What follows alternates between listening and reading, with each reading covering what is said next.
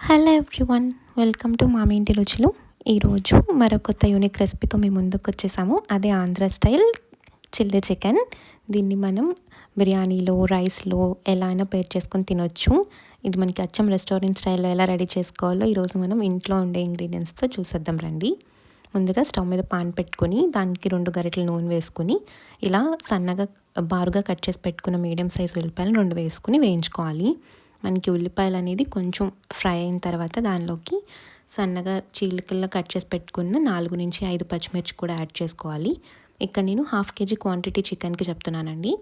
చూసారు కదా, మనకి ఆనియన్ అనేది ఇట్లా ఒక 80% వేగిన తర్వాత మొత్తం ఆ 2 కూడా ఇలా మిక్సర్ జార్లోకి ట్రాన్స్ఫర్ చేసుకోవాలి. దాంట్లోకి పుదీనా, అలానే కొంచెం కొత్తిమీర, అలానే కొన్ని కరివేపాకు రెమ్మలు కూడా పెట్టుకొని మనకి మిక్సర్ని మెత్తగా బ్లెండ్ చేసుకోవాలి. చూసారు కదా, ఫస్ట్ ఇలా కోర్స్గా బ్లెండ్ అయిన తర్వాత కొంచెంగా వాటర్ని యాడ్ చేసుకొని మొత్తం అంతా కూడా నీట్గా పేస్ట్ లాగా మళ్ళీ బ్లెండ్ చేసుకోవాలి. మనకి ఇది పూర్తిగా కచ్చాబచ్చాగా కాకుండా మొత్తం అంతా కూడా నీట్గా బ్లెండ్ అయిపోవాలి. ఇప్పుడు కర్రీ ప్రిపరేషన్ కోసం స్టవ్ మీద పాన్ పెట్టుకుని 2 గరిటెలు ఆయిల్ వేసుకుని జీలకర్ర 1 స్పూను, అలానే 3 చెక్క, కొన్ని కరివేపాకు రెమ్మలు వేసుకుని లైట్గా ఫ్రై చేసుకున్న తర్వాత 2 మీడియం సైజ్ ఆనియన్ని కట్ చేసుకుని ఇలా ముక్కల కింద వేసుకొని ఆనియన్ని కూడా ఫ్రై అయ్యే వరకు మనం నీట్గా మిక్స్ చేసుకోవాలి. మనకు ఆనియన్ ఫ్రై అవుతూ ఉన్నప్పుడు 2 పచ్చిమిర్చి రెమ్మలు కూడా వేసుకొని మొత్తం అంతా కూడా వేగే వరకు 2 మినిట్స్ పాటు అలానే స్టవ్ని లో ఫ్లేమ్లో ఉంచాలి. చూసారు కదా, మనకి ఆనియన్ కొంచెం ఫ్రై అయిన తర్వాత 1 బిగ్ టేబుల్ స్పూన్ అల్లం వెల్లుల్లి పేస్ట్ని కూడా యాడ్ చేసి అల్లం వెల్లుల్లి పచ్చివాసన పోయేంత వరకు ఫ్రై చేసుకోవాలి. మనకి ఇక్కడ అల్లం వెల్లుల్లి కూడా వేగిపోయింది.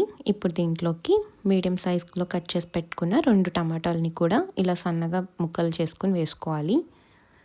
మనకి టమాటా అంతా కూడా మిక్స్ అవ్వడానికి ఒక 2 మినిట్స్ టైం పడుతుంది కదండి. చూసారు కదా, మనకి ఆయిల్ అంతా సపరేట్ అయ్యి ఇలా టమాటా ముక్కలు వచ్చేంత వరకు వేపుకోవాలి. ఇప్పుడు దీనిలోకి ఒక 1 టేబుల్ స్పూన్ సాల్ట్, అలానే ఒక 1/2 టేబుల్ స్పూన్ పసుపు, అలానే ఒక 1/2 టేబుల్ స్పూన్ కారం కూడా యాడ్ చేసుకుని దానిలోకి 1/2 టేబుల్ స్పూన్ ధనియాల పొడి యాడ్ చేసి మొత్తం అంతా కూడా నీట్గా మిక్స్ చేసుకోవాలి.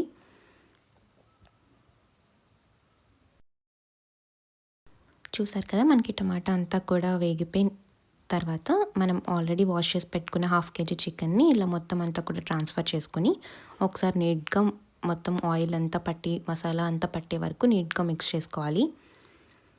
మనం ఫస్ట్ ఇనీషియల్గా వాటర్ ఏమి యాడ్ చేయక్కర్లేదండి. చికెన్ నుండి వాటర్ ఊరి వస్తుంది కదా, అదే మనకి బాయిల్ అవ్వడానికి సరిపోతుంది.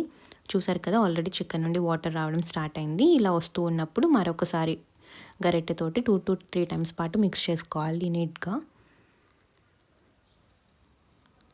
చికెన్ నుండి వాటర్ అయితే మెల్లమెల్లగా ఊరి మనకి ముక్క అనేది ఉడుకుతూ ఉంది. స్టవ్ని లో ఫ్లేమ్లోనే ఉంచుకోండి, సో దట్ మనకి ముక్క మంచిగా ఉడుకుతుంది.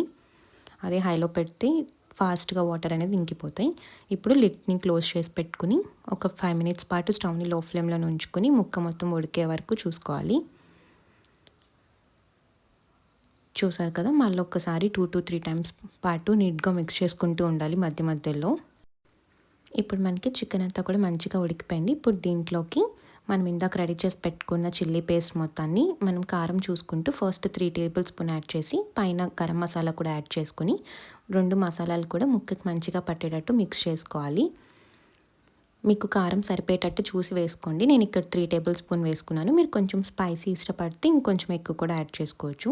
ఇప్పుడు లిడ్తో క్లోజ్ చేసుకుని మొత్తం అంతా కూడా మిక్స్ చేసుకుని మళ్ళీ ఇందాక ఉన్న దానిలోకి మనం వాటర్ని కూడా యాడ్ చేసి ఆ మిశ్రమాన్ని కూడా ఇందులోకి ట్రాన్స్ఫర్ చేశాను. చూసారు కదా, మనకి ఆ చిల్లీ పేస్ట్ వాటర్ తోటి ముక్క ఇంకొంచెం సేపు ఉడికితే ఇంకా బాగా టేస్ట్ వస్తుంది.